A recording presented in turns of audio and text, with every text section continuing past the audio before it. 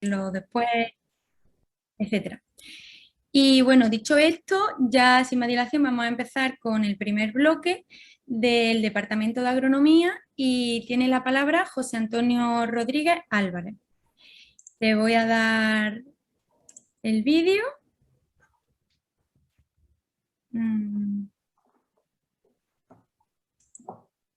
Ya está.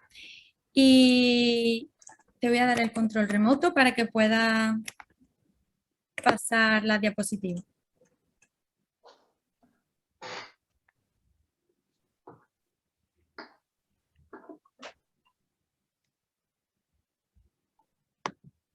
Vale, creo que lo tengo ya. Vale. ¿Me escucháis? Sí. Vale, por eso. Bueno, buenos días. Soy José Antonio Rodríguez, soy de Ágapa. Estoy ya en tercer año de mi doctorado, director de tesis Luciano de Mateo. Para comenzar, vamos a definir brevemente qué es el efecto rebote en el ámbito de la agricultura de regadío. El efecto rebote se produce cuando las mejoras en la infraestructura de regadío y la gestión del agua produce un efecto inesperado, es decir, lejos de reducir el consumo de agua, lo que se produce es un incremento del consumo de agua de los cultivos. Varios factores pueden influir en esto, como son, pues, parte de los ahorros del agua se destinan a incrementar la superficie de regadío. También se puede producir un incremento notable de la productividad de los cultivos en la zona regable y por lo tanto se incrementa la evapotranspiración. Y finalmente también se puede introducir nuevos cultivos de mayor valor, pero que también consumen más agua. La ley de agua de España prohíbe explícitamente la utilización de los ahorros de agua para incrementar la superficie de regadío. Y nos consta que muchos organismos de cuenca intentan en la mayor medida posible evitar que se incremente la superficie de riego. Por lo tanto, nosotros nos centraremos en los dos segundos aspectos, en los dos últimos aspectos, para analizar estos factores que pueden introducir efecto rebote en la modernización. Para ello, hemos analizado 41 comunidades regantes de Andalucía, que representan más de 200.000 hectáreas. De esas 41 comunidades regantes, 36 están o estuvieron o estaban modernizados o se modernizaron durante el periodo analizado, que consta del año 2004 hasta 2019. Nos vamos a centrar en esas 36 comunidades regantes modernizadas, que son las que realmente nos interesan para analizar el posible efecto rebote en la comunidad. Para analizar esta extensión tan importante, tanto espacial como temporalmente, esta enorme cantidad de datos, tuvimos que desarrollar un sistema informático a la medida. Este sistema, entre otros aspectos, es capaz de calcular la evapotranspiración, tanto potencial como real de los cultivos, permite hacer inferencias espaciales de datos climáticos, y quizás lo más relevante del sistema es que está totalmente portado a la plataforma Google Earth Engine, que es un sistema con unas potencias de cálculos y de almacenamiento en la nube sin precedente para usuarios domésticos. Para que se tenga una idea, en nuestro trabajo hemos procesado alrededor de 3.800 escenas de Landsat, que con medios convencionales sería impensable abarcar. El patrón de cultivo de las 36 comunidades regantes, la evolución del patrón de cultivo de las 36 comunidades regantes modernizadas que vamos a analizar, es el que se muestra en esta figura. Puede observarse que, bueno, representan más de 180.000 hectáreas, la superficie es más o menos estable, se aprecia un leve incremento de la superficie entre los años 2010 y 2012, básicamente por el incremento de la superficie en la comunidad regantes de cabra. Sí es importante resaltar que se aprecia claramente el incremento de la superficie dedicada al cultivo olivar y también el incremento de la superficie dedicada a los cítricos, en detrimento de la superficie dedicada a cultivos herbáceos. Estos tres grupos de cultivos, cítricos, olivar y herbáceos, representan más del 95% de toda la superficie analizada y son los tres grupos de cultivos que nos centraremos en el estudio.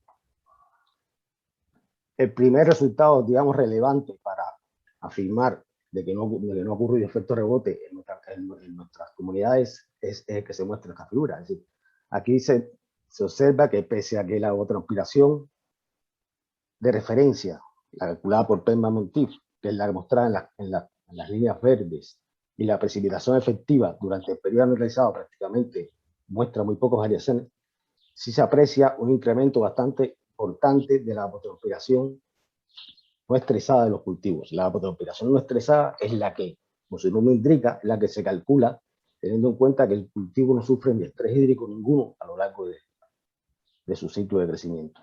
En esta imagen se ve un poco más claro en la evolución de la evapotranspiración no estresada a lo largo del periodo estudiado, diferenciado en los tres grupos de cultivos básicos. Se aprecia que en los tres grupos de cultivos la evapotranspiración no estresada de los cultivos incrementa. Es bueno detener un momento aquí porque muchos estudios que confirman o que afirman de que ha ocurrido efecto rebote en las comunidades de regantes de España se basan en este tipo de análisis. Es decir, consideran que todos los cultivos que se encuentran en las comunidades de regantes modernizadas evapotranspiran potencialmente e ignoran o simplemente no tienen en cuenta el efecto del estrés hídrico sobre la evapotranspiración de los cultivos. Cuando se tiene en cuenta este efecto, se tiene un resultado completamente diferente del que vamos a mostrar ahora. En este gráfico se observa la evolución temporal de la evapotranspiración real, es decir, la que tiene en cuenta el efecto del estrés hídrico sobre el cultivo.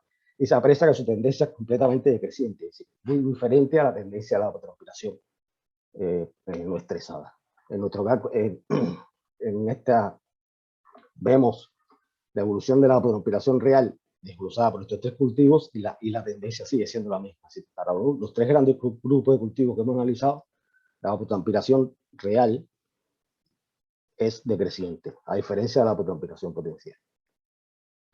Evidentemente, en un escenario donde la evapotranspiración real decrece y la evapotranspiración potencial incrementa, pues el índice de estrés de los cultivos incrementa.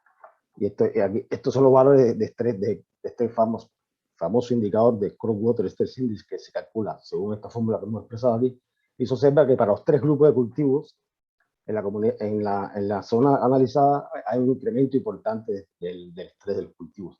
Y esto justamente probablemente sea el aspecto más relevante que nos permite afirmar de que no ha ocurrido efecto rebote en la región, dado que se ha generalizado la práctica de riego deficitario en las comunidades de regantes modernizadas y por tanto la evapotranspiración real de los cultivos, lejos de incrementarse, ha decrecido y por supuesto no ha ocurrido efecto rebote. Para finalizar este análisis,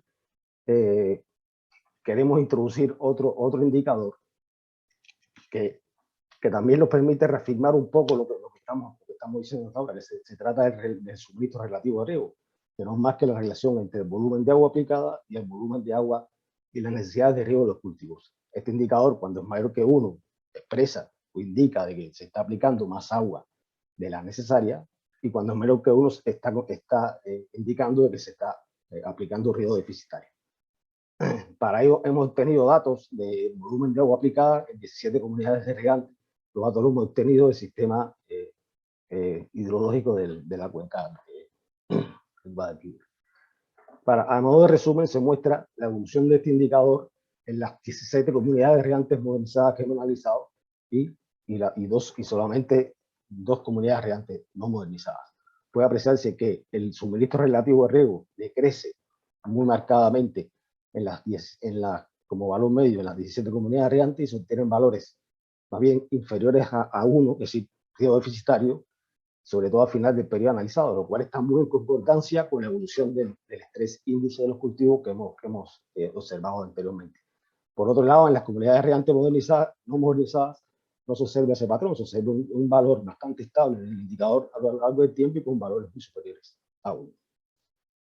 Para finalizar, intentando relacionar estos dos indicadores que hemos utilizado como indicios de que no ha ocurrido efecto rebote en la zona estudiada, hemos obtenido esta relación entre el suministro relativo de riego y el estrés índice de cultivo. Esta relación, los puntos azules son para comunidades grandes modernizadas, es justa la que se espera en un análisis teórico. ¿Sí? En un análisis teórico de comunidades de regantes modernizadas se espera que en la medida en que el suministro relativo de riego sea menor que 1, se incremente el estrés hídrico de los cultivos. Obsérvese cómo el patrón para 2 comunidades de regantes no modernizadas es diferente. En ellas, con valores de suministro relativo de riego superiores a 1, parte del agua representa los cultivos que están en estas comunidades regantes, a pesar de que el suministro relativo de riego es elevado, pues los cultivos sufren un estrés bastante importante. Eso quiere decir que parte del agua que se aplica pues no llega simplemente a las parcelas de riego y por lo tanto están estresados. Termino con estas dos gráficas donde se muestra el volumen total de agua aplicada a esas 16 comunidades de regante que hemos analizado en un escenario de efecto rebote. La tendencia de estas dos curvas tendrían que ser marcadamente crecientes. Y sin embargo, como se puede observar en esta figura, hemos obtenido una tendencia completamente diferente a la que se espera. Muchas gracias.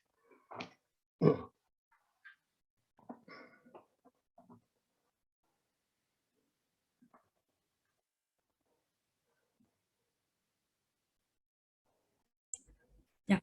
Pues muchas gracias, José Antonio. Voy a mirar, de momento no tenemos ninguna pregunta ni por el chat ni por Twitter. Pero bueno, te animo a que estés atento y si pues a lo largo de la jornada va surgiendo alguna pregunta, pues que la puedes contestar por cualquiera de los dos sitios. Bueno, pues a continuación es el turno de Blanca Cuadrado Alarcón. Te voy a dar... Ah, ya lo tengo. Estupendo. Buena, Blanca. Te voy a dar el control remoto. Y cuando quieras, yo creo que si pasas ya llega a tu... ¿Con la flecha a lo mejor? No tengo flecha. Digo, las del teclado. Ahí. Vale, yo sí. Gracias.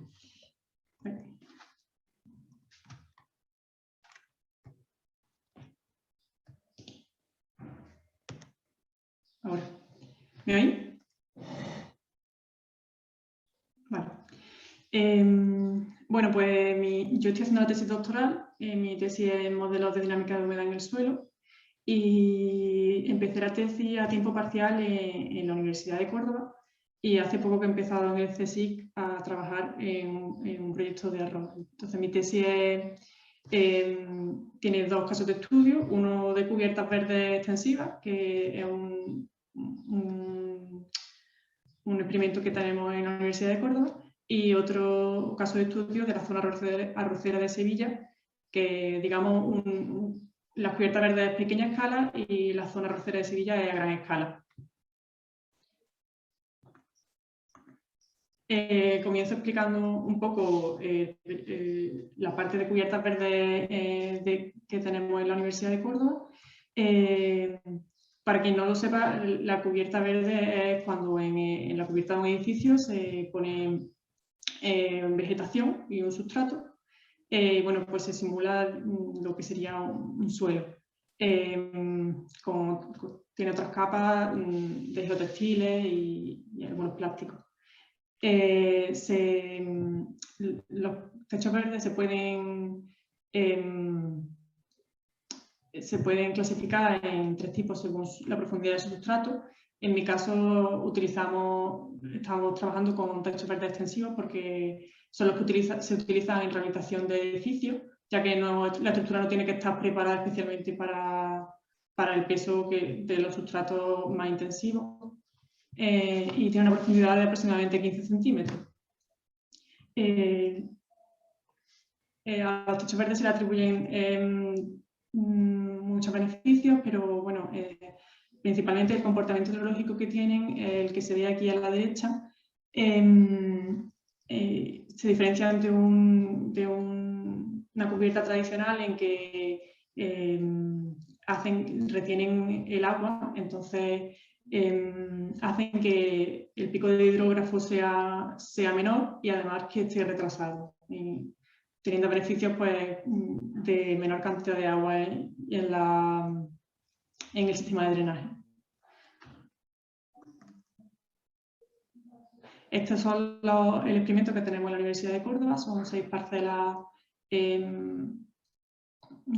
con diferentes sustratos, con diferentes composiciones de árido reciclado, además de sustratos.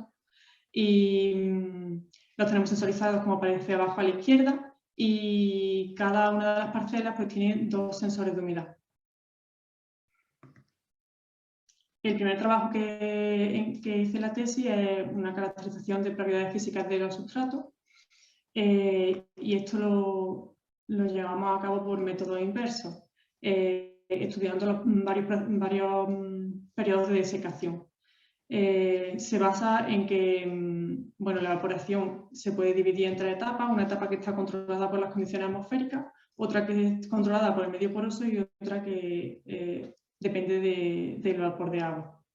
Entonces, el trabajo este se basa en que definiendo el periodo de la segunda etapa de la evapotranspiración, que está controlada por el componente matricial, digamos, de la evaporación, pues podemos definir algunas propiedades de los sustratos. No he entrado en cómo se hizo, pero pues, principalmente estos son los 6 periodos de desecación que se cogieron. Abajo está la humedad del sustrato de las 6 parcelas y arriba las características climáticas. Y principalmente se definió la desorptividad, que se define como la capacidad de un medio para desorber un líquido por capilaridad, una propiedad del sustrato.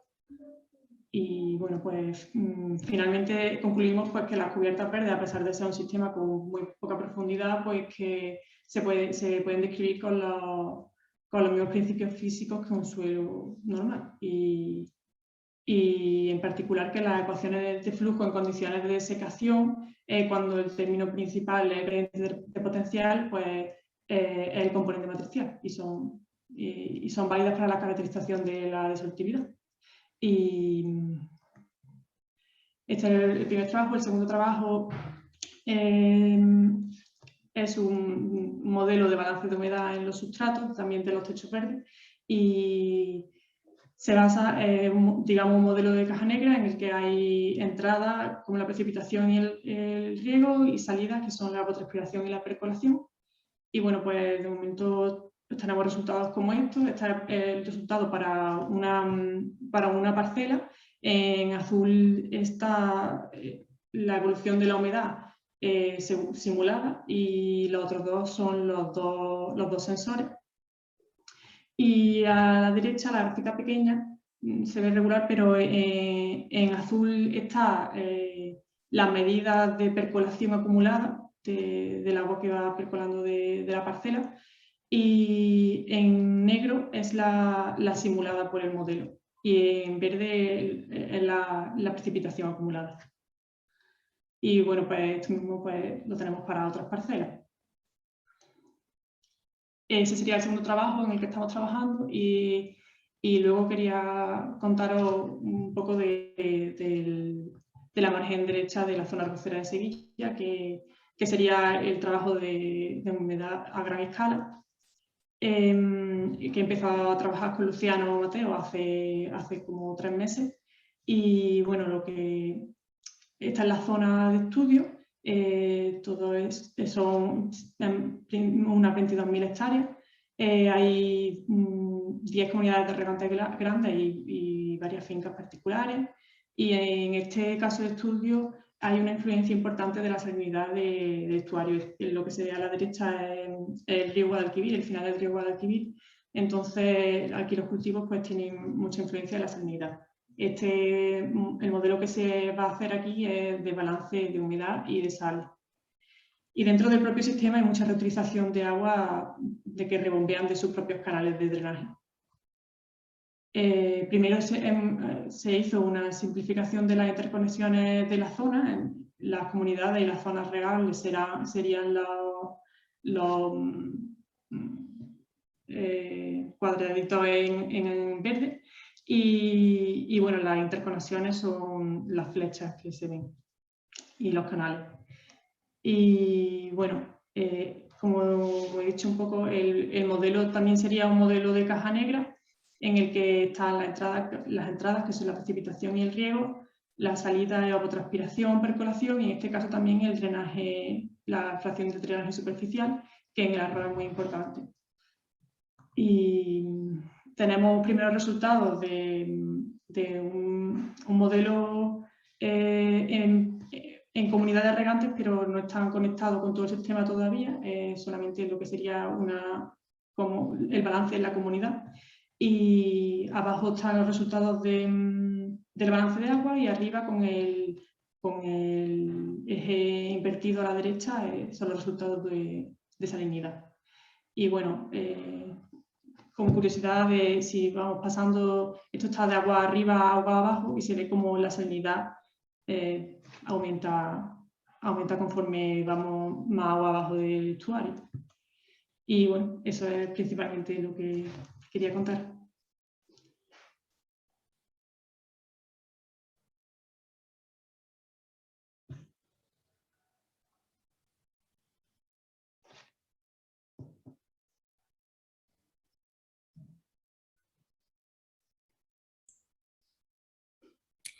Muchas gracias, Blanca. Bueno, vamos a esperar un momentito a ver si hubiera alguna pregunta, aunque de momento no hay. Yo tengo una curiosidad, ¿el experimento en Córdoba físicamente dónde es? ¿En la Rabanal.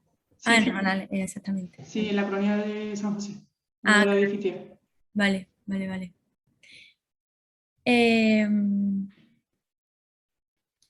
Bueno, pues parece que no hay nada. Nada, lo mismo, te animamos a que estés pendiente de Twitter y del chat por si tienes que contestar alguna preguntilla a lo largo de la mañana. Muchas Vale, gracias. gracias.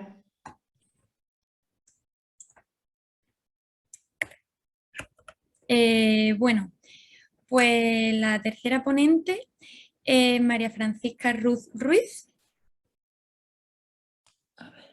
que le voy a dar, ya tiene el vídeo, estupendo, y te voy a dar el control remoto. Comprueba que puedes pasar la diapositiva. Por ahora, no. Ahí. A ver. Ahora parece que sí, ¿no? Uy, me he ido. Vale. Bueno, pues buenos días. Mi nombre es María Francisca Ruz y voy a hablar sobre mi proyecto de tesis que trata sobre la caracterización del balance energético del albedo para minorar el estrés térmico en trigo. Uy, otra vez no puedo pasarla. Vale. Bueno, para que sepáis un poco de dónde salgo, yo soy de Córdoba, pero he estado viviendo en Australia. Uy, perdón, no sé por qué me he pasado de diapositiva de nuevo. Vale.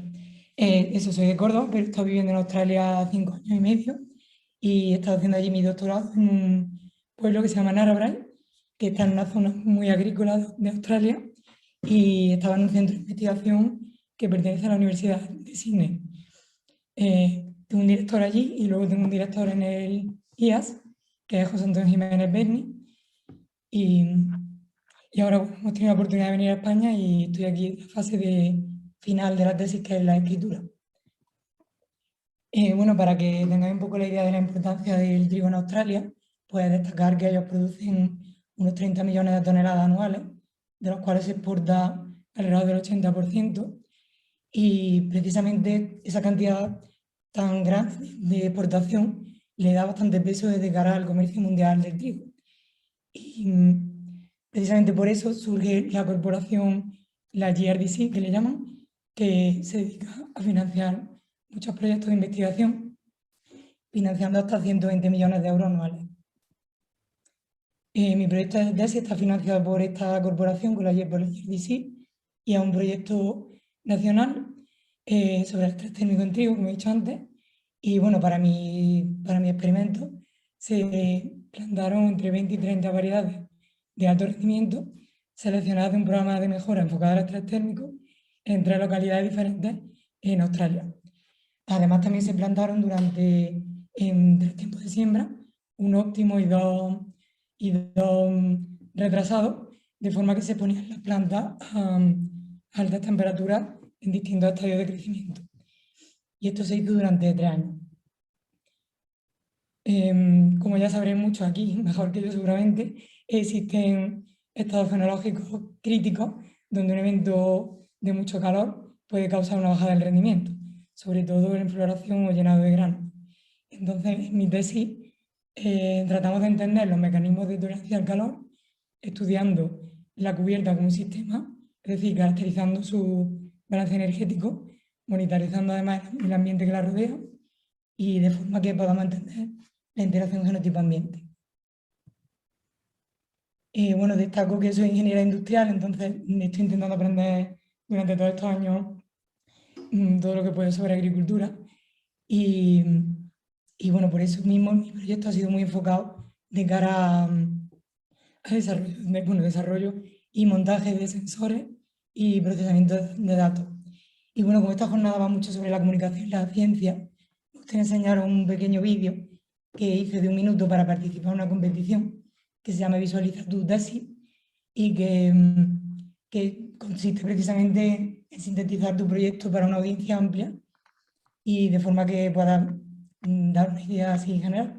Voy a ver si funciona el enlace, si lo podéis ver. Espero que sí. Parece que no funciona. Belén, ¿podría Un segundo. compartir la pantalla? Mira. Lo... Mm, Uy, perdón, pensaba que iba a funcionar. Yo le doy, no, ¿No lo estáis viendo? a mí no me sale.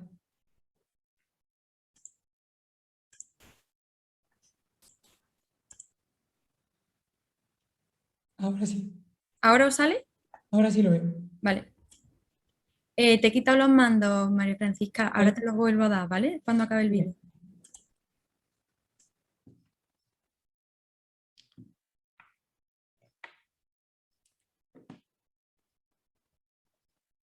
Uy, no tiene sonido.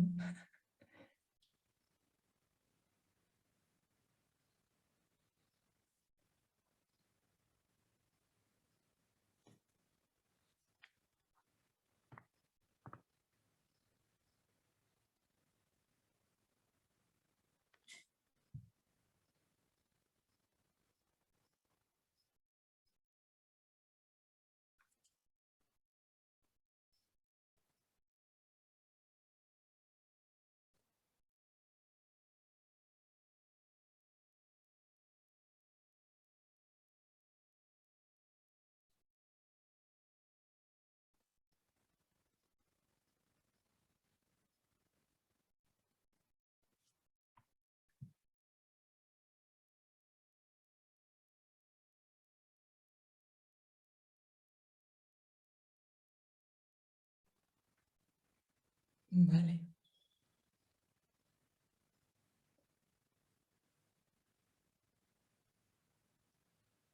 Tenía musiquita, era un poquito más ameno, pero bueno, más o menos quedar con la idea de en qué consistía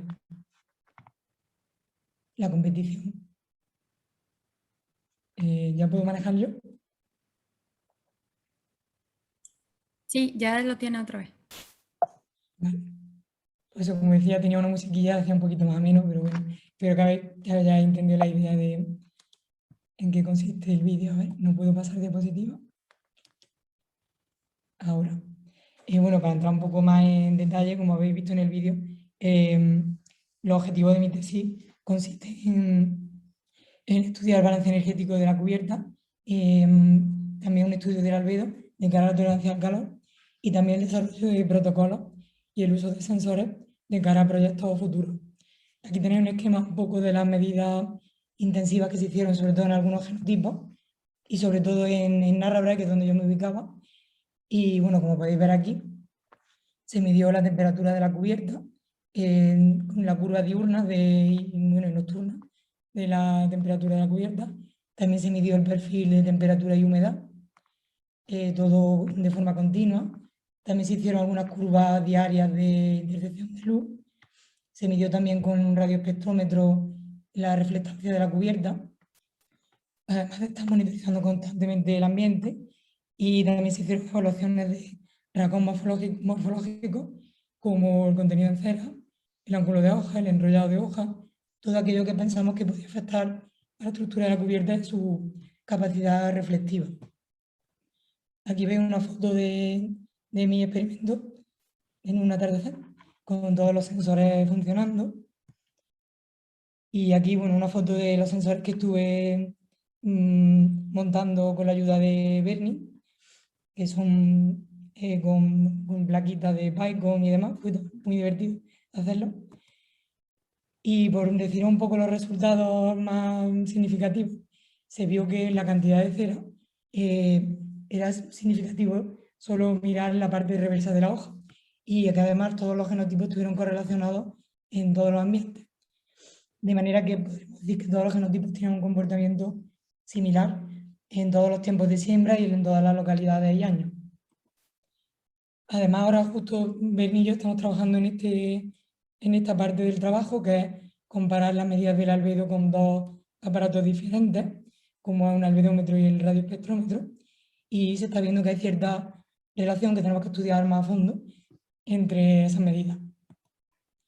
Y bueno, como conclusión, pues decir eso, que nos parece que identificar las características de las plantas de la cubierta de cara a tolerancia al calor puede tener un impacto positivo de cara al rendimiento, y que el desarrollo de protocolos y métodos fenotipados es algo que puede acelerar mucho el avance en este campo de la ciencia, y que además es importante combinar todos estos métodos con herramientas de modelado. Muchas gracias y disculpa el problema con el vídeo.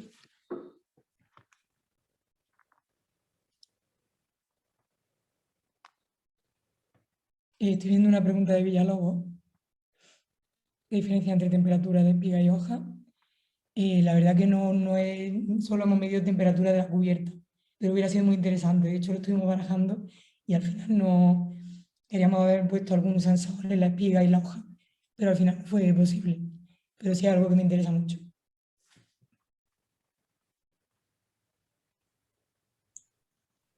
Gracias.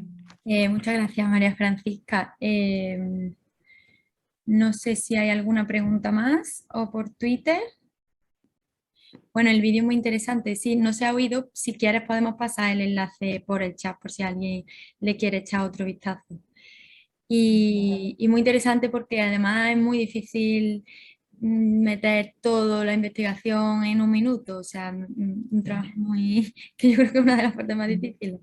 Una práctica interesante, sí. Mm, Bueno, parece que no hay ninguna pregunta más,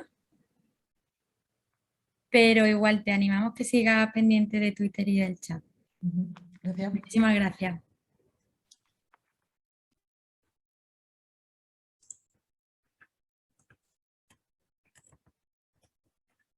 Bueno, ahora el turno de Marina Jurado Ortega, que acaba de presentar su TFM y ya pronto ya empieza la tesis aquí en el instituto. Marina, ¿te pones el audio?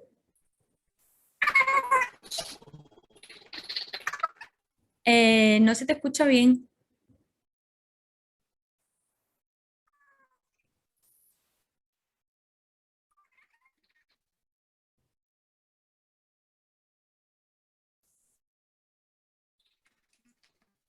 A ver, Marina, habla. No se te escucha. Nada, nada.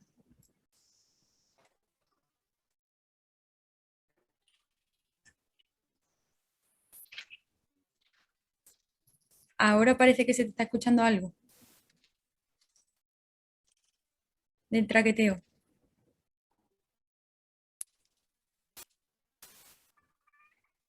No, no se escucha. Si quieres, vente aquí a la sala donde yo estoy y lo haces desde aquí. Si no, es que no se escucha.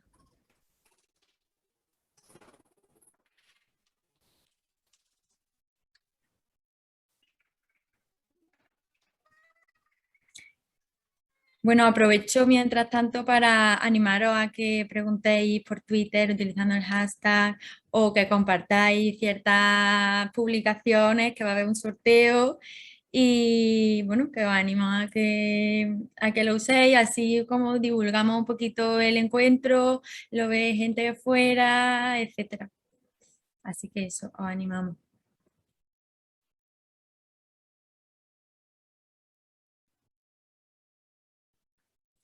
Desde la cuenta de Twitter del instituto se están compartiendo todas las presentaciones. Entonces, también una forma de que preguntáis si queréis haciendo un hilo, un comentario a ese tweet que ya está puesto en la presentación, ya está puesto el usuario del ponente y bueno, a lo mejor resulta más cómodo hacerlo desde ahí.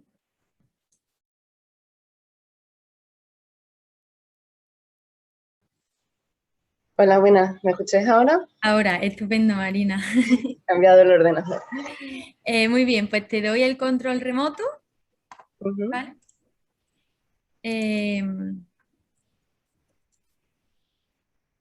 a ver si puedes, que como hay dos Marina, no sé a cuál le he dado. Eh, ¿Puedes pasar la pantalla? no, Vale, no. pues. Tengo una manita, pero no. ¿Y ahora? Ya puedes, ¿no? Ahora, sí. Vale, estupendo. Muchas gracias. Siento el problema de la... No pasa nada. Yo soy Marina Jurado Ortega. He hecho el máster de olivicultura y helayotecnia.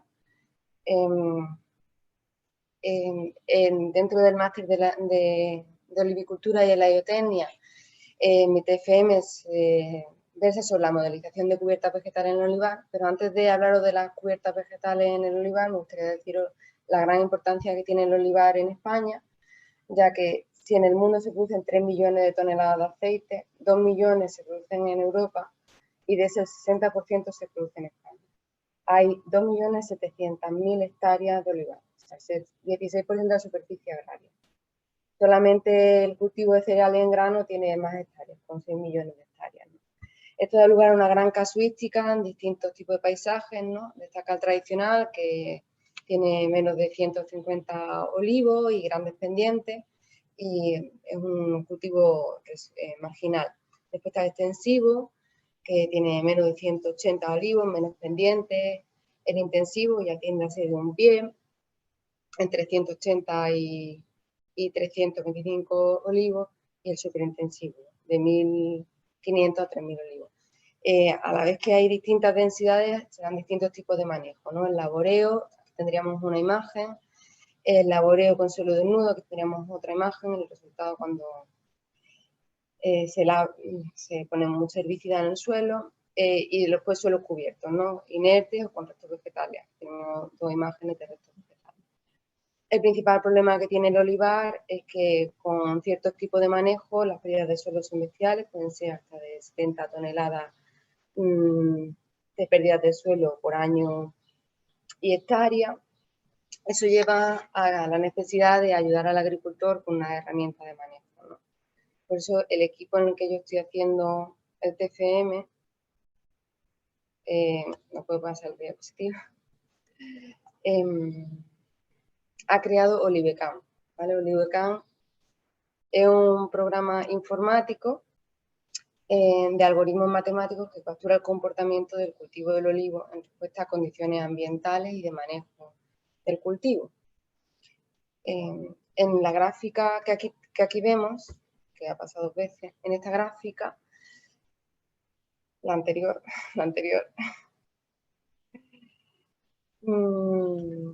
bueno, era la anterior, que se ha visto solo un segundito, está aquí, vemos como la respuesta de Olivecam, por ejemplo, el índice de área foliar del olivo varía a lo largo del año, ¿no? Y el volumen del olivo también, que sería la línea azul. En la gráfica de la derecha, el comportamiento de la cubierta, que es lo que yo le he añadido al modelo de Olivecam. Y como ejemplo, aquí tenemos una simulación, bueno, estas son simulaciones hechas 8 años en el IAS, el índice de área foliar aumenta en primer lugar, luego baja cuando ya acaba su ciclo, y la biomasa total de la cubierta aumenta hasta llegar a su máximo y solamente disminuyó cuando se siega. En este caso se secó muy tarde para que fuera el momento de máxima competitividad con el olivo. Buscando alimentar el modelo con datos, se ha hecho un experimento en campo en una parcela aquí en el CSIC, con esta distribución completamente aleatoria, dividida en 3 bloques, y por medio de fotografías cenitales y un proceso de fotos con Photoshop y Fiji se ha ido viendo la fracción verde de la cubierta. Vemos como, por ejemplo, en este caso de aquí sería para Brachypodium distachum, va aumentando paulatinamente, llega a su máximo en marzo, y la aplicación de un herbicida supone la muerte de la parcela. En una semana solamente te queda el 10% de fracción verde, comparado con una cubierta total del 100% y una fracción verde correspondiente del 70%. En esta gráfica, sin embargo, tenemos al Lolium rigidum, que también va creciendo paulatinamente hasta que acaba una cobertura del suelo del 100%, con una fracción verde del 70%, y a la semana de la aplicación del herbicida tiene una muerte, solo te queda una fracción verde en torno al 30%. Bueno, todos estos datos introducidos dentro del IBCAM, más los parámetros que yo le he dado a la cubierta, te permiten saber la interacción entre la cubierta y el olivo y cómo varía la producción del olivo respecto a una producción, respecto a una plantación sin cubierta vegetal. Vemos cómo hemos hecho una simulación para 3 localidades. En todas ellas la producción se ve disminuida con el paso de cuanto más tarde sea la siega de la cubierta, y en este caso, por ejemplo, Gibraleón sería el que menos afectado se vería, y Baza el que más. Una fecha óptima de recolección sería en torno a la primera quincena de abril, en torno al día 10, 100 del año, que corresponde al 10 de abril, ¿no? En cuanto a la transpiración, tenemos lo mismo, unos resultados muy similares. Siempre se ve reducida la transpiración del olivo, la producción se veía reducida entre un 5 y un 20%, la transpiración entre un 10 y un 25%. Así que también en este caso una siega se podría recomendar en torno a la primera quincena de abril. Y ese es básicamente mi proyecto. Muchas gracias.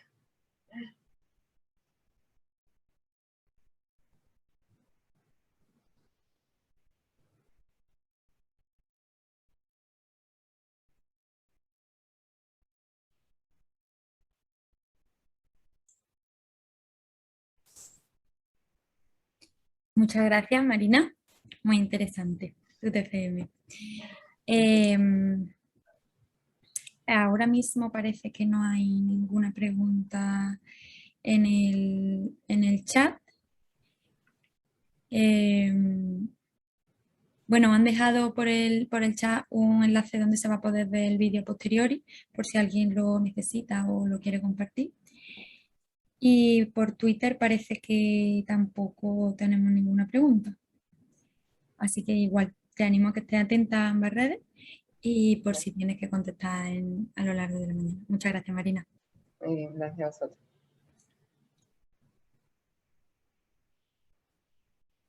Bueno, pues a continuación el turno de Tomás Roquete.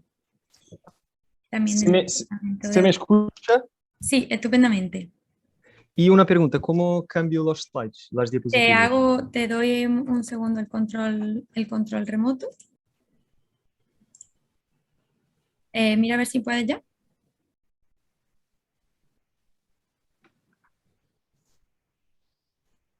Ahí, estupendo.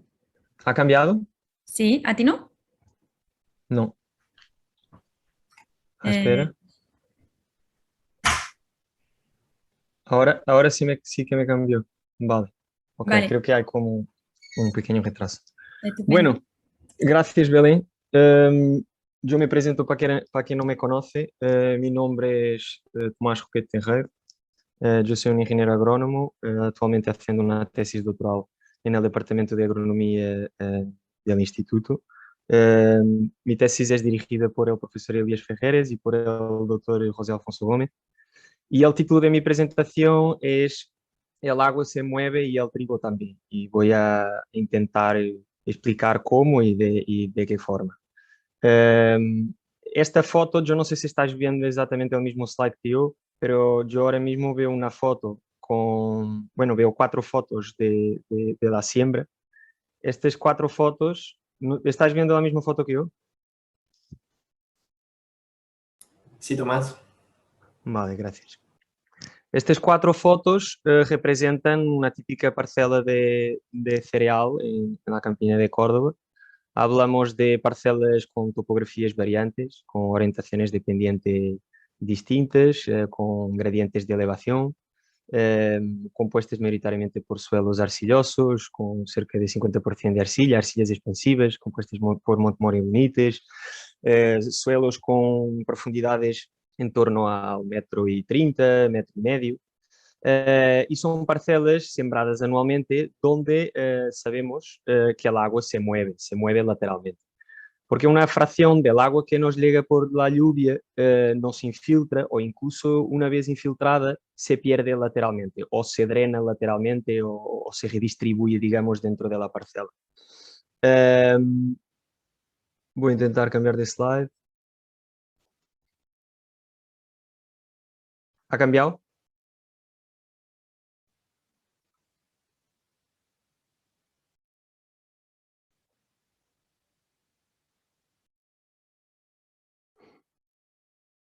¿Y ahora? Ha cambiado, ¿no? Sí, ahora sí se ve. Bueno, esto es una parcela de trigo de invierno, un trigo duro, variedad avispa. Este trigo fue sembrado con una dosis de siembra de en torno a unas 180 kilogramos de semilla por hectárea. Tiene una emergencia cercana al óptimo, como se ve, una cobertura casi total de suelo. Observamos aquí cerca de 220, 230 plantas por metro cuadrado. Y este trigo, como se puede ver, tiene distintos puntos dentro de la misma parcela, donde se ve que tienen distintas elevaciones. Por la escorrentía que se genera, van también tener distintos grados de acumulación de flujo. Yo estoy intentando cambiar los slides, pero no se me los cambia, porque esto me parece que va muy lento. ¿Le estás dando con las flechas del teclado? Estoy dando con la flecha del teclado, sí. Y no se te cambia.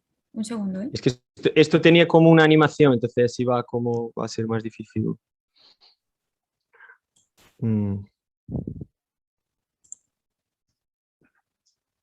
Pues me sale que tú lo estás controlando. Bueno, si no te las paso yo, te las puedo pasar. Bueno, ahora Me ha salido, se ve la flecha azul, ¿no?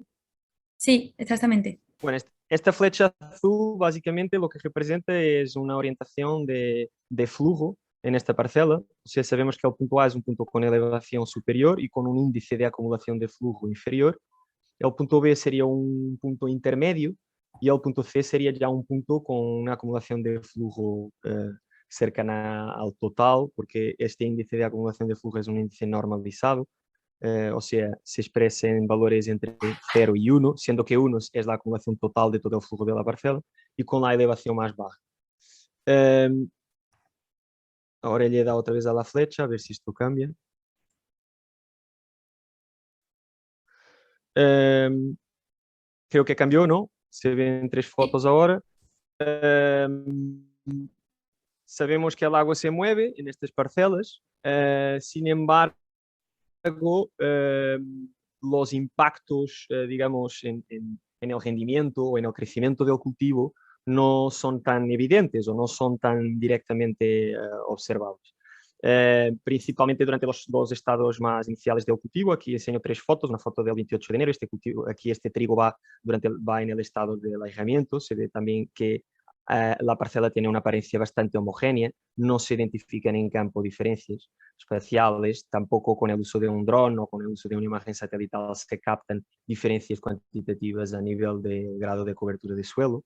Sin embargo, mientras va avanzando el año y empezamos a entrar en la segunda quincena de abril, empezamos a notar que el suelo se va agotando, la humedad en el suelo se va agotando primero en los puntos más altos de la parcela, segundo en los puntos más bajos de la parcela, y como se puede ver aquí, existe claramente una diferencia de color, siendo que las zonas más altas empiezan a presentar un color más amarillo, en tonos de amarillo, porque están entrando antes en proceso de senescencia.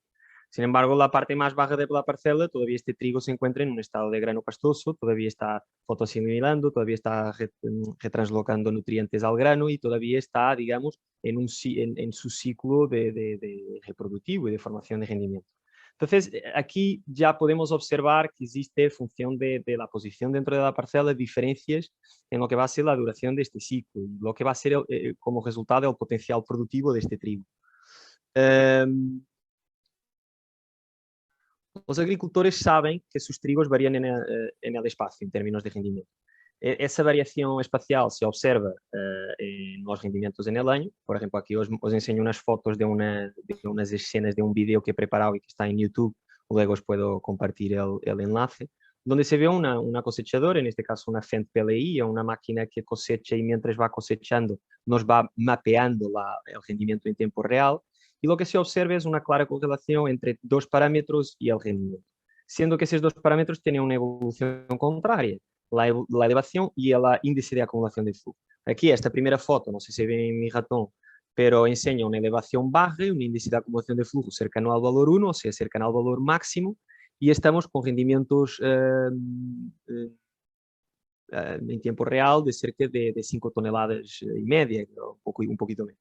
Sin embargo, cuando llegamos a las zonas más altas de la parcela y la acumulación de flujo es inferior, observamos que claramente el rendimiento aquí en este caso cae bastante. Esto fue también un año en que se ha observado una diferencia muy significativa entre estas distintas zonas.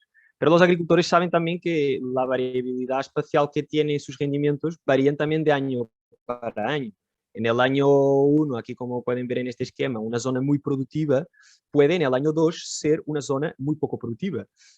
Y también ahí tenemos años en que las productividades se homogenizan en torno a valores más medianos o en torno a valores más elevados.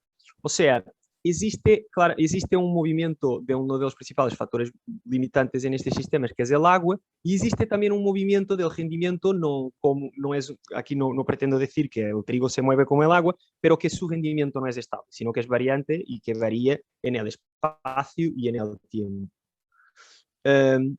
Voy a intentar cambiar el slide. Ha cambiado. Esta foto es una foto que a mí me gusta particularmente porque enseña la evidencia en campo de lo que intentamos. No sé si esto ahora, creo que he cambiado los slides de una vez. Pero la foto anterior enseña la evidencia en campo de lo que pretendemos estudiar. Tenemos dos zonas, una zona alta y una zona baja. Queremos cuantificar la magnitud de esas zonas. Queremos, esto me cambia.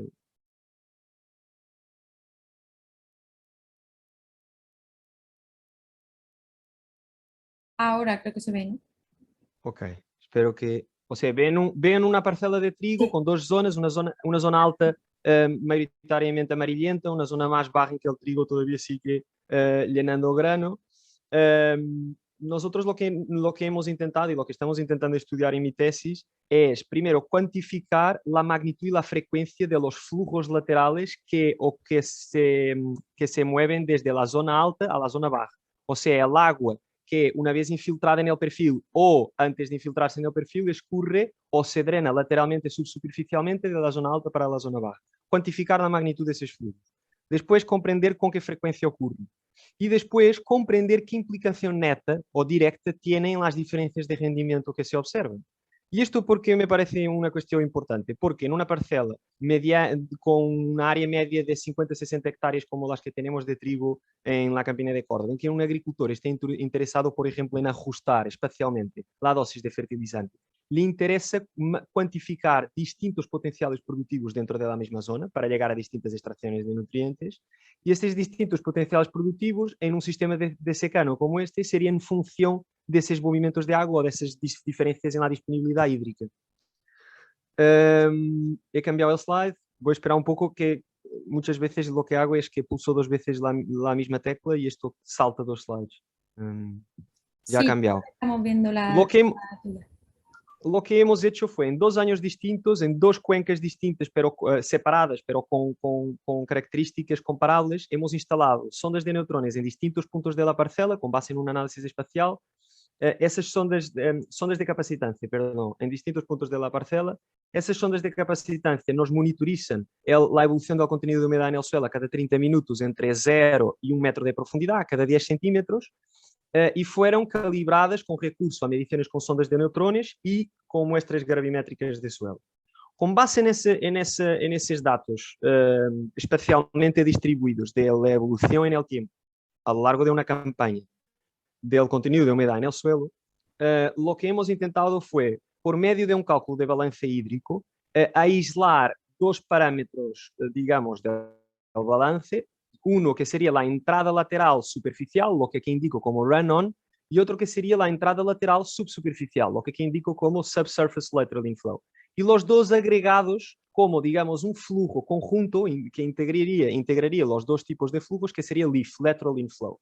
Entonces llegamos para cada punto de la parcela a observaciones y a su calendarización de los lateral inflows, o sea, la cantidad de agua que en cada día nos llegó lateralmente al perfil.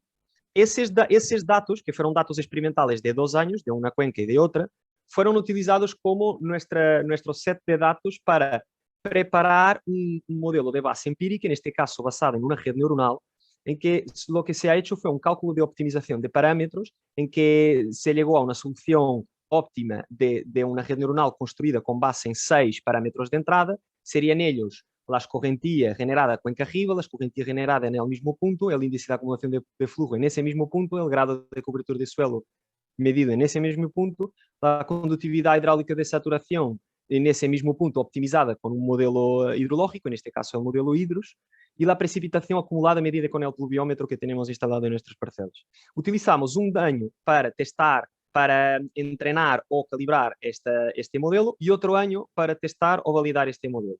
Como se puede ver, por ejemplo, en esta figura aquí, el modelo tiene una regresión entre el observado y el predicho que nos parece robusta. Hay una pequeña tendencia a la sobreestimación del lateral inflow, principalmente para valores acumulados elevados.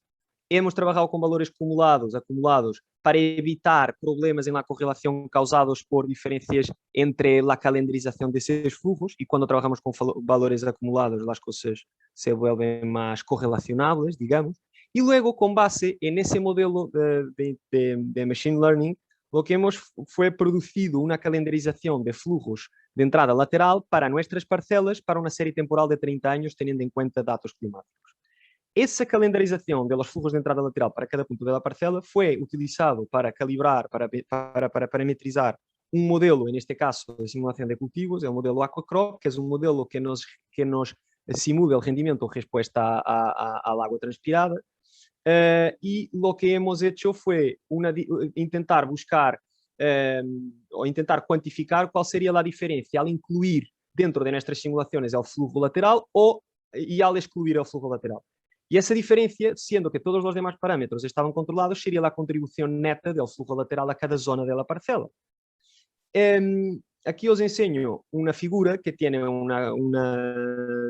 dos curvas, son curvas de distribución probabilística, para la serie de 30 años simulada, de lo que serían las contribuciones de flujo lateral a las diferencias en rendimiento, entre la zona A, que sería la zona alta de la parcela, y la zona B, que sería la zona C, que sería la zona baja de la parcela. Lo que podemos observar en esta figura es que para años de elevado potencial productivo, o sea, años en que estamos hablando de productividades potenciales superiores a 5 toneladas, las dos zonas se acercan en términos de rendimiento. Y por ello el coeficiente de variación del rendimiento se baja y esta parcela presenta un mayor grado de homogeneidad y no sería, digamos, tan viable o tan interesante tratarlo de forma zonificada. Para años de menor potencial productivo, años en que hablamos de productividades potenciales inferiores a 2 toneladas y media, inferiores a 3 toneladas, la zona A y la zona C se distancian en términos de rendimiento. Esa brecha puede llegar a ser superior a 1 tonelada de grano materia seca hectárea, pero notemos que eso solo representa menos del 25% de los años observados en esta serie temporal. Si miramos el valor mediano aquí del 50%, estaríamos hablando en diferencias bastante inferiores y diferencias que cuantificamos en torno a 350 kilogramos de materia seca grano hectárea. Que en términos relativos estaríamos hablando en un incremento de cerca del 16% para la serie de 30 años comparativamente a la zonal. Entonces, básicamente, esto es la principal idea que me gustaría dejar hoy. Es, el agua se mueve, no se mueve todos los años de la misma forma, y la respuesta del rendimiento a esos movimientos laterales de agua no va a ser todos los años igual. Sin embargo, es un fenómeno que se tiene que tener en cuenta, principalmente en los años en que tenemos un menor potencial productivo. Son esos los años, por ejemplo, en que partimos con menor contenido de humedad en el suelo a la fecha de siembra, por ejemplo. Son años, por ejemplo, en que tenemos una menor precipitación acumulada a la fecha de floración y luego algunos eventos de leaf que ocurren pós fecha de floración. Y por ello es un parámetro que se tiene que tener en cuenta en la simulación de cultivos a la escala de campo si estamos interesados en captar la variabilidad espacial. Este trabajo es un trabajo que se está preparando en el ámbito de un proyecto europeo, un proyecto cofinanciado por la Comisión. Dejo aquí los enlaces de mi página de mi perfil en Twitter, donde comparto mucha información, muchas fotos de los trabajos de campo, de mi Research Guide también, donde tengo otras publicaciones de la tesis, la página web del proyecto, y este trabajo específicamente se está preparando y se va a someter al European Journal of Agronomy, y esperamos verlo publicado para que lo podamos compartir con más nivel de detalle en los próximos tiempos. Es posible que yo me haya excedido en el tiempo. Muchas gracias por vuestra atención. Gracias, Tomás. Tenemos una pregunta en el chat. La pregunta en el chat. Si hubieras usado un modelo de simulación de trigo, como por ejemplo Ceres Wheat, ¿crees que los resultados serían distintos? Creo. Professor, el Ceres Wheat es un modelo basado es un modelo radiation driven, es un modelo que nos calcula la productividad a función de la radiación interceptada, y en nuestro caso estamos interesados en ver respuestas marginales a cantidades muy marginales de agua disponibles en las zonas más bajas. Y por ello necesitamos una función de producción que en este caso se ajusta a la producción normalizada del agua, que es lo que hace Aquacrop. Por ello con Ceres Wheat estaríamos limitados para estudiar esto, bajo mi punto de vista. Francisco Arias, ¿qué base de datos climáticas estás utilizando para alimentar tu modelo de Machine Learning? Estoy utilizando la base de datos de las estaciones del IFAPA, la estación de Córdoba, básicamente también para nuestra red neuronal. Los parámetros que integra climáticos son esencialmente la precipitación, aunque hay una optimización de otros parámetros con el hidros que sí dependen de temperatura, pero los parámetros los obtengo de la estación climática de IFAPA, de Córdoba. Tomás, una cosilla, perdona que te interrumpa. Soy Salva. Mira, ¿puedes seguir respondiendo las preguntas por el chat para que continuemos con la sesión, que nos hemos demorado? Por supuesto, claro que sí, claro que sí, claro que sí. Muchas gracias, ha estado muy interesante. Gracias a ti, Salva, por organizar esto. Un abrazo.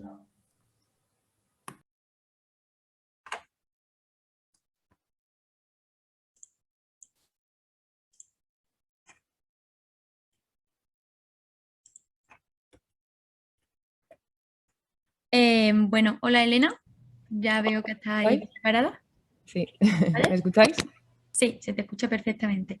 Genial. Bueno, pues ahora es el turno de Elena Moreno González, que ella tampoco es una doctoranda, sin embargo hemos creído que el trabajo que está haciendo también hay que conocerlo porque es bastante interesante. Y bueno, pues Elena, te doy el control remoto. Vale, muchísimas gracias. Pues como dice, vale, voy a ver si funciona. No se mueve. Dale a las flechas del teclado. Sí, estoy dándole, pero no se mueve. ¿Y si le das al ratón a la presentación?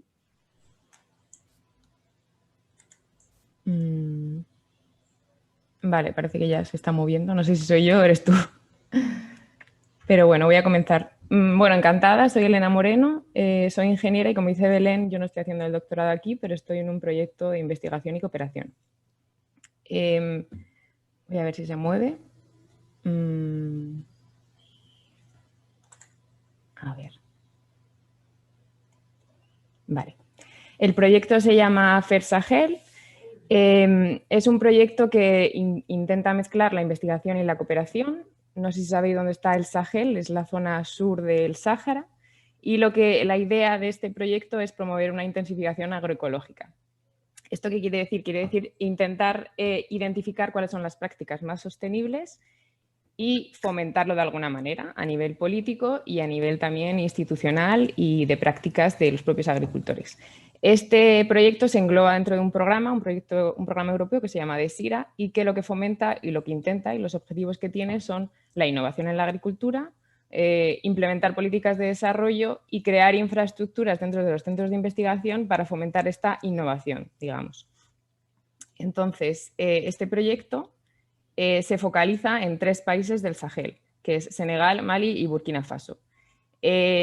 ¿Por qué se focaliza aquí? Bueno, uno, porque es un proyecto de cooperación en investigación y 2, también porque es una zona ahora mismo que está a nivel no solo ecológico, tiene las condiciones un poco complicadas, sino que también es una zona un poco conflictiva ahora mismo.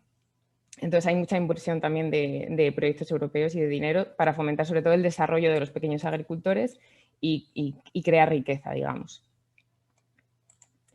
¿Qué promueve y qué intentamos dentro de este proyecto? Pues como he dicho, lo que queremos es, digamos, identificar sistemas técnicos un poco innovantes, es decir, prácticas de los propios agricultores que sean un poco sostenibles a largo plazo, o como se dice ahora, resilientes, ¿no? Y de alguna manera que sean no solo sostenibles, sino que puedan ganar dinero y tengan beneficio económico con esas prácticas que hagan, ¿no? También es interesante este proyecto porque tiene un enfoque participativo. No solo es un proyecto donde se dice desde el proyecto, o sea, desde el papel, se tiene que hacer esto, sino que trabajamos con los agricultores para un poco que ellos nos digan cuáles son sus necesidades y desde la cooperación, desde la investigación y trabajando con ellos, intentar como mejorar un poco sus condiciones de vida. Un tema también interesante es que precisamente mezcla la investigación con los enfoques normales del desarrollo. Es decir, trabajamos centros de investigación, pero también centros de desarrollo que son a lo mejor más sociológicos, digamos, con también ONGs. Y actuamos a diferentes niveles, es decir, a nivel de parcela, pues como digo, con los agricultores, con cooperativas, así como a nivel también más regional, comunitario y a nivel ya del país y regional, lo que consideramos el Sahel dentro de los Mali, Senegal y Burkina Faso. Y en total somos 13 centros de investigación, de desarrollo y ONGs. El coordinador es el CIGAD, no sé si lo conocéis, en Francia, y incluye centros de investigación tan de renombre como Montpellier, Supagro, Wageningen, ZALF, centros de investigación en Mali, en Senegal, etc. Entonces, voy a explicar un poco brevemente cuáles son las partes del proyecto, porque este proyecto son 4 años. Bueno, no lo he dicho, pero estoy trabajando con Elena Gómez Macpherson en el Departamento de Agronomía. Y las partes del proyecto, cosa de 5 partes, y nosotros desde el CSIC trabajamos en la primera parte, que es, digamos, hacer un diagnóstico agrario, es decir, cuál es la situación ahora mismo a nivel de agronomía en estas 3 zonas. En estos 3 países se han elegido diferentes zonas ecológicas y dentro de esas zonas ecológicas se han elegido diferentes comunidades. Y entonces lo que queremos desde la primera parte del proyecto, desde la componente 1, que es el primer año, es decir, cuál es la situación actualmente en la agricultura de esta zona. Y entonces para eso hablamos con los agricultores, hemos hecho unas encuestas y entonces tenemos datos ahora mismo para decir, bueno, pues estos son los principales problemas que tienen, estas son las prácticas, qué cultivos están haciendo actualmente y cuáles son, digamos, las soluciones que puede haber a las distintas problemáticas que tienen estos agricultores. Trabajamos también como coordinación con el IER, que es un Instituto de Agricultura de Mali, y desde ahí pues eso, trabajamos este primer año en hacer este diagnóstico y sobre todo en la identificación también de lo que más nos interesa en este proyecto, que por eso se llama FAIR, que es las prácticas innovantes, digamos, o agroecológicamente innovantes en la agricultura, es decir, sostenibles y que los agricultores ganen dinero y puedan implementarse a largo plazo, dicho de una manera así como más sencilla. Entonces también lo que queremos identificar en este primer año son diferentes plataformas, grupos, cooperativas, ONGs que identifiquen o que intenten crear prácticas un poco más sostenibles o que vendan productos bio o que intentan mejorar la estructura del suelo, etc. Luego, brevemente, está compuesto por otras 4 componentes más, es decir, está la componente 2, la 3 y la 4, y una vez que se identifiquen en este primer año diferentes prácticas innovadoras, lo que se quiere es probarlas con los centros de investigación, o sea, ya mezclar bien la investigación y lo que es la práctica en el terreno. Y con ello se harán parcelas y se probarán estas innovaciones agroecológicas en campo, con los agricultores. La componente 3, la parte 3 del proyecto, lo que se quiere es, digamos, crear este movimiento más sostenible, pero a nivel más institucional, es decir, identificar diferentes políticas que a lo mejor fomenten la venta, por ejemplo, de productos bio o cooperativas que enseñen prácticas más sostenibles o diferentes técnicas que se apliquen más a las diferentes zonas del proyecto, etc. Es decir, es como una parte más institucional. Y la parte 4 del proyecto es como compartir todas estas experiencias, divulgarlo, ponerlo en Twitter, también formarnos a los propios componentes del proyecto, etc. Y ya por último, y yo creo que lo más interesante, que es qué estamos haciendo nosotros desde el CSIC para este proyecto. Como os he comentado, en la parte donde nosotros estamos, Elena y yo, estamos en la parte 1, que es el diagnóstico de agrario y la identificación de sistemas innovantes que hacen los propios agricultores. Entonces, cuando decimos coordinar un proyecto, ¿qué supone coordinar? Pues coordinar es hacer un seguimiento de los proyectos a los distintos países. Porque claro, no es una cosa que los coordinadores digan y se haga, sino que en cada país tiene su equipo de investigadores que van haciendo sus trabajos a su nivel y a su ritmo también. Pero la parte de la coordinación es un poco hacer seguimiento y sobre todo también promover distintas metodologías para que se lleven a cabo todos los trabajos de manera uniforme en el proyecto. Y luego, por último, también discutir en todos los comités técnicos, que son grupos de trabajo y que vamos creando, digamos, y construyendo este proyecto entre todos. No es algo que esté ya impostado, sino que se va discutiendo y se va creando.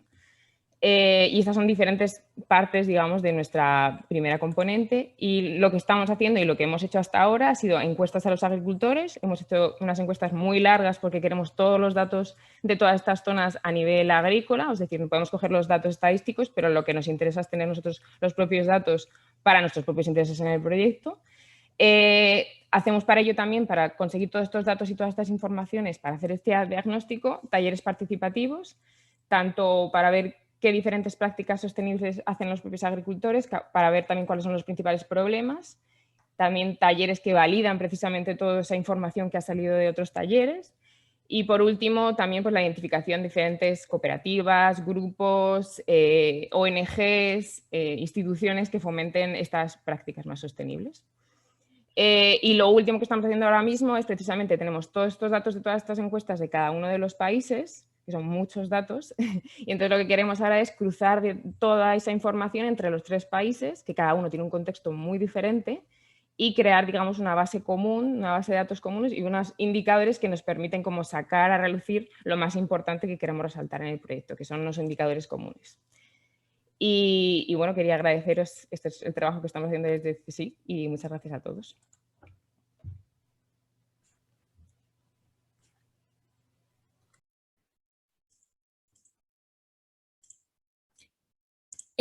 Pues muchísimas gracias, Elena. Es súper interesante. Y bueno, por Twitter no tenemos todavía ninguna pregunta y creo que por el chat de momento tampoco.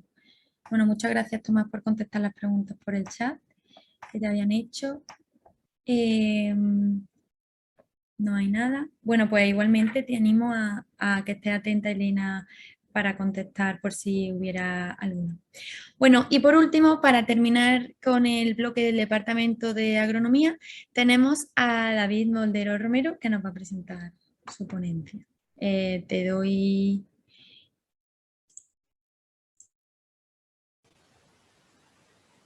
Buenos días a todos, creo que me escucháis. ¿Sí? Pues mi nombre es David Moldero, estoy en la fase final de mi tesis doctoral en el Instituto de Agricultura Sostenible bajo la dirección de los doctores Francisco Orgaz Rosúa y el profesor Elías Ferrer Castiel. La tesis doctoral lleva como título de esta presentación Riego y producción del almendro, efectos a largo plazo. Vamos a comenzar un poquito hablando, no me deja pasar, un momento, pásame Belén, por favor.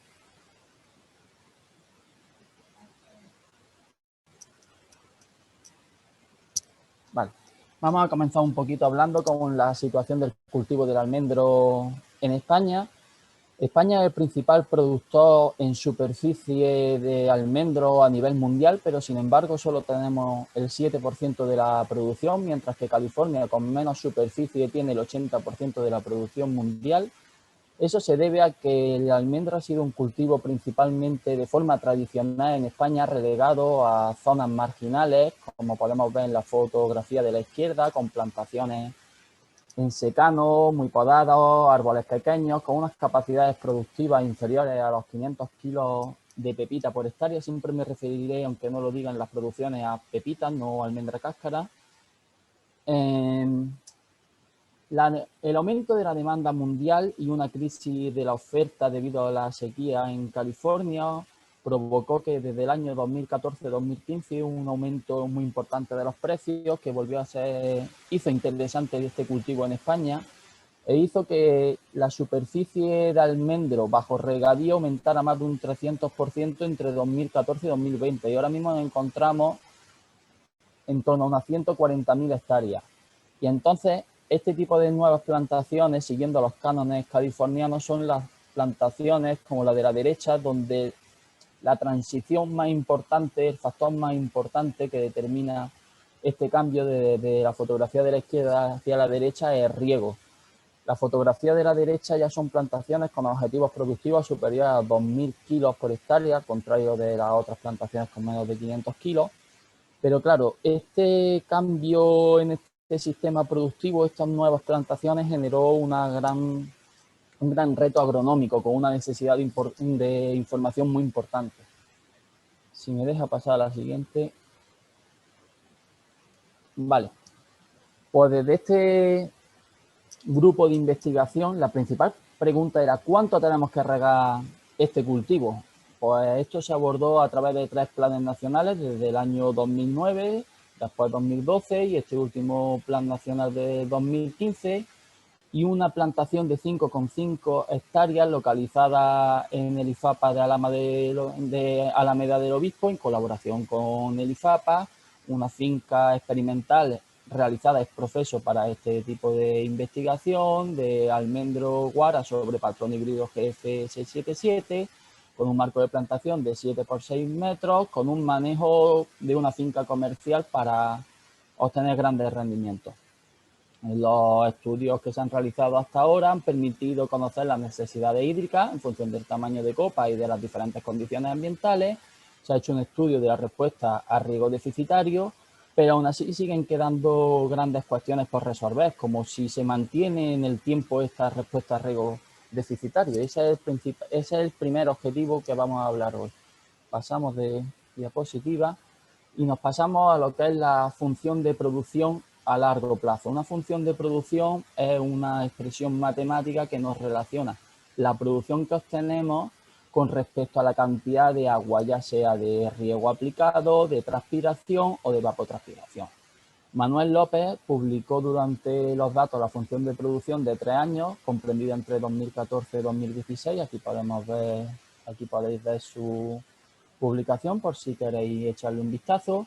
Y nosotros hemos ampliado este periodo de 3 años con otros 3 años más del 2017-2019. Hemos analizado los datos globales de los 6 años unidos y hemos comparado los datos obtenidos durante el primer trienio con respecto al segundo trienio. Para la construcción de estas funciones de producción a largo plazo se diseñaron 4 tratamientos. Un tratamiento control, donde se regó para satisfacer el 100% de las necesidades en la evapotranspiración del cultivo. 2 tratamientos deficitarios moderados, donde la cantidad de agua total aplicada correspondió a un evapotranspirativas, simplemente por la diferencia entre ellos, que en el sostenido se regó la misma cantidad de agua a lo largo de cada uno de los días del verano, mientras que en el regulado se concentró el déficit en una época que se llama de llenado de grano, que transcurre entre mediados de junio hasta cosecha primeros de agosto, que se supone que es la fase menos sensible al estrés hídrico, y se concentró el agua justamente antes y después de esta fase, que son los estados fenológicos más sensibles al estrés hídrico. Después pues, hay un cuarto tratamiento de riego regulado deficitario, pero ya severo, donde la cantidad total de riego aplicado fue de un 30% de la evapotranspiración y el déficit hídrico se concentró en el llenado de grano también. Pasamos a diapositiva. Hicimos numerosas determinaciones, todas ellas centradas en la compleja determinación y cálculo de la evapotranspiración, que es muy complejo, pero nos permite generalizar y construir una herramienta, por tanto, muy potente como es la función de producción de evapotranspiración. Pasamos. Aquí tenemos las funciones de producción obtenidas para los 6 años. En la primera gráfica vemos la función de producción con respecto a la cantidad de agua aplicada, riego. En la segunda vemos con respecto a la evapotranspiración del cultivo. Y en tercer lugar, en respecto a la transpiración. Nos vamos a centrar en este momento en la función de producción de la evapotranspiración. El primer resultado llamativo que podemos ver aquí es que para cubrir la totalidad de las necesidades de estos árboles alcanzamos evapotranspiraciones de cultivos superiores a los 1200, entre 1200 y 1300 milímetros, y las producciones obtenidas medias de 6 años están por encima de los 2.500 kilos de pepita por hectárea. Cuando pasamos estos datos a riego, nos venimos a este puntito, vemos que bajo nuestras condiciones, donde tenemos unas importantes lluvias invernales y a veces también primaverales,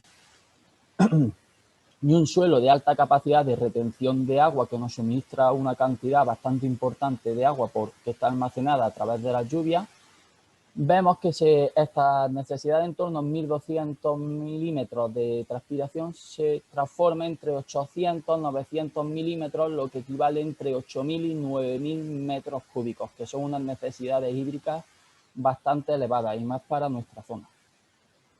Si pasamos en esta diapositiva, nos hemos centrado en la función de producción de riego. El objetivo principal o la herramienta de la función de producción nos permite estudiar la respuesta productiva, qué pasa en la producción cuando no somos capaces de alcanzar satisfacer la totalidad de las necesidades de los árboles. Aquí vemos como lo que hemos dicho, los 8.000, 9.000 metros cúbicos, vemos como la función de producción resulta en una expresión matemática curvilínea con una asíntota horizontal aquí entre 2.500 y 3.000 kilos de producción, y si hacemos el estudio de la pendiente de esta función a través de la derivada, lo que se denominaría productividad marginal, vemos como en un primer tramo, si partimos de la producción máxima, tenemos unas reducciones en la producción en torno a 0,15 kilogramos de pepita por cada metro cúbico que reducimos el riego aplicado. Sin embargo, si nos vamos a zonas donde las reducciones en riego cada vez son más acusadas, esta pendiente aumenta hasta alcanzar tasas en torno a 0,3 kilogramos por metro cúbico. Es decir, cuando partimos de unos almendros totalmente regados, en un primer tramo podemos reducir considerablemente la cantidad de riego aplicada, teniendo una reducción proporcionalmente menor en la producción. Aquí en la figura de la derecha podemos ver la productividad marginal, cómo varía entre valores de 0,05 para las mayores cantidades de riego y 0,35 para la menos. Pasamos a la siguiente diapositiva. El segundo objetivo de este primer objetivo global era enfrentar la respuesta productiva del primer trienio con la del segundo trienio. La principal pregunta que nosotros nos hacíamos era si esta respuesta productiva se mantenía en el tiempo o, sin embargo, el efecto continuado del estrés hídrico sobre los árboles podría provocar fenómenos acumulados que podrían provocar una respuesta al estrés hídrico inferior, o sin embargo, por contra, podían aparecer procesos de adaptación que fueran mejorando esta respuesta productiva a lo largo del tiempo. Aquí vemos en línea sólida los datos obtenidos durante el segundo trienio y en línea discontinua, en los punteados, los datos obtenidos durante el primer trienio. Como podéis ver, en ninguna de las funciones de producción hay grandes diferencias y cuando se hace el estudio estadístico nos muestran que no hay diferencias significativas. Eso nos dice que o no hay fenómenos de adaptación o de agotamiento por el estrés hídrico continuado, por el uso de estrategias de riego deficitario, o si existieran algunos de estos efectos se compensarían entre ellos, lo que nos hace pensar que los datos muestran una sostenibilidad de riego deficitario en almendro al menos durante 6 años. Ahora pasamos al segundo gran objetivo, la segunda gran pregunta. El almendro siempre ha sido una especie tradicionalmente vista como muy tolerante al estrés hídrico por su uso tradicional en las zonas del Levante, en las zonas más marginales. Pero la pregunta es, ¿estas nuevas plantaciones con riego desde el inicio de la plantación se comportan igual? ¿Son igual de tolerantes al estrés hídrico como las plantaciones, como esta especie nos tiene acostumbrados?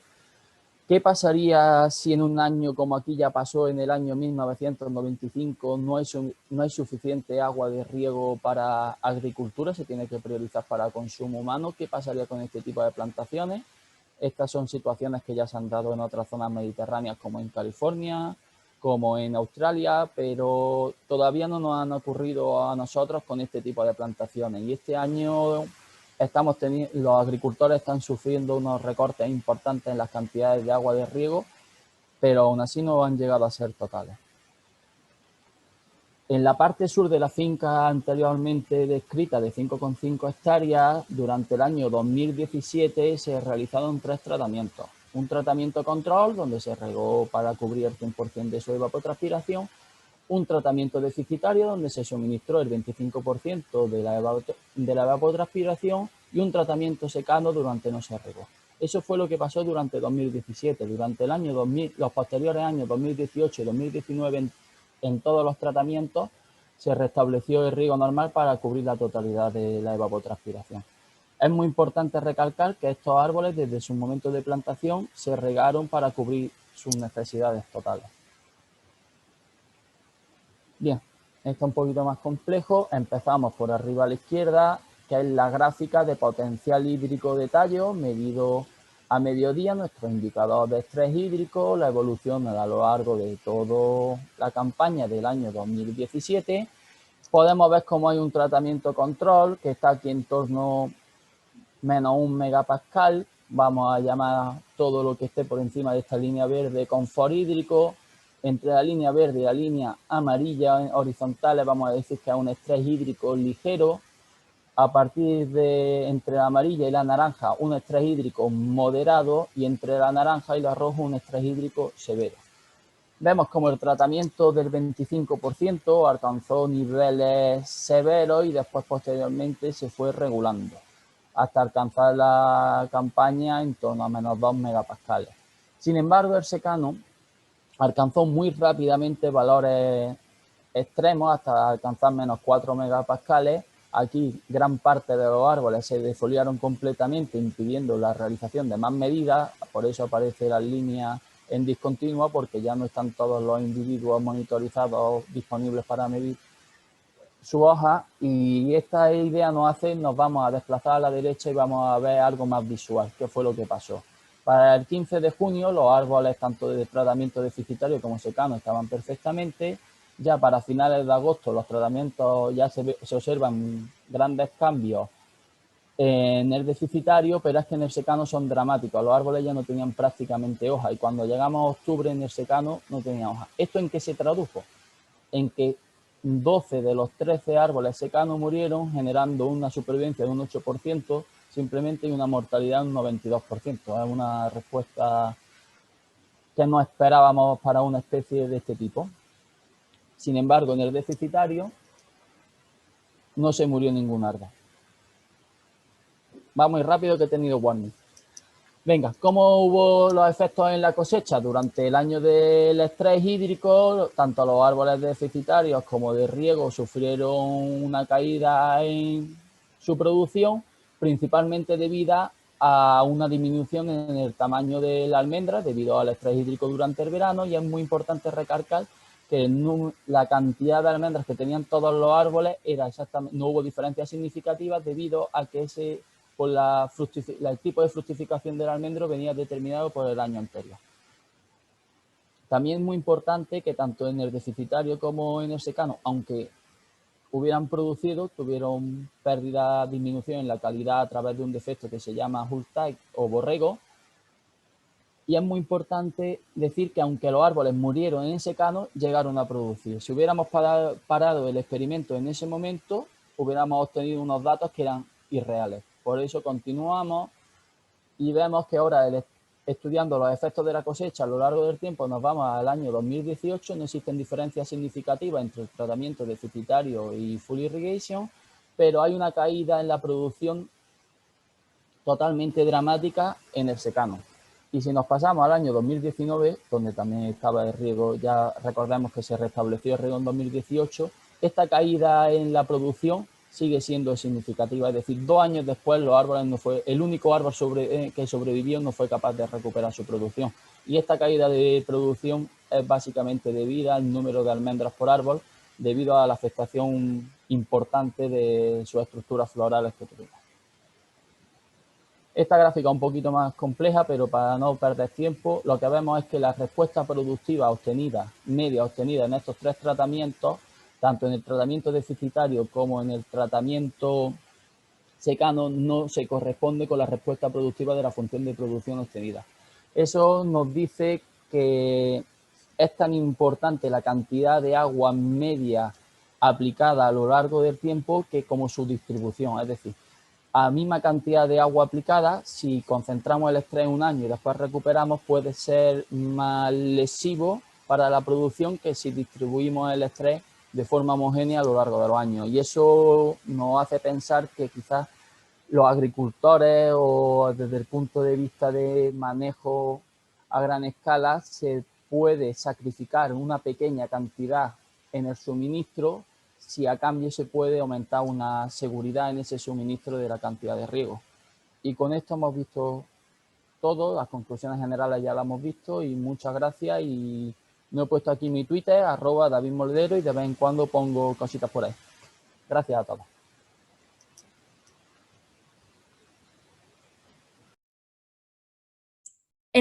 Muchas gracias, David. Te leo un par de preguntas que hay en el chat. Dice Luciano: un agricultor cordobés pionero en el cultivo de almendro en regadío me dice que conforme pasan los años se le carga el suelo o el cultivo de enfermedades.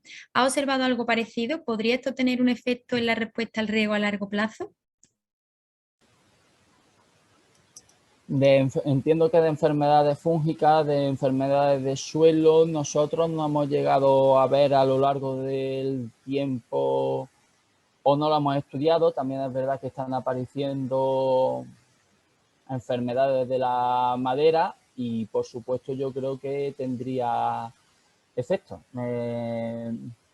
No un efecto directo de riego, sino aquí tendríamos un efecto de la enfermedad. La enfermedad podría estar estresando, por otra parte, los árboles, y podrían cambiar las respuestas productivas.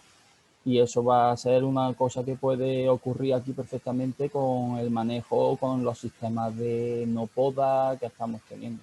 Totalmente de acuerdo. Y la segunda pregunta tiene una curiosidad. Dice: por la ubicación de la plantación, ¿podría ser que al cabo de los años extrajera agua del acuífero? ¿Tienes indicios por tus medidas de transpiración de que eso ocurra? Pues hemos estado estos árboles para poder hacer el balance de agua, para medir la evapotranspiración. Han tenido muchas medidas. Nos hemos basado básicamente en medidas de sonda de neutrones hasta 2,10 metros de profundidad. La verdad es que hemos detectado extracciones profundas, ligeras, las hemos podido más o menos cuantificar enfrentando las medidas del balance de agua a través de la sonda de neutrones frente a las medidas obtenidas por los sistemas de shaft flow, y la hemos cuantificado en el artículo, está publicado en torno, no son superiores a un 10%. Y esto habla en contra de lo que dicen alguna gente de que no existen raíces más allá de los 60 centímetros o 1 metro.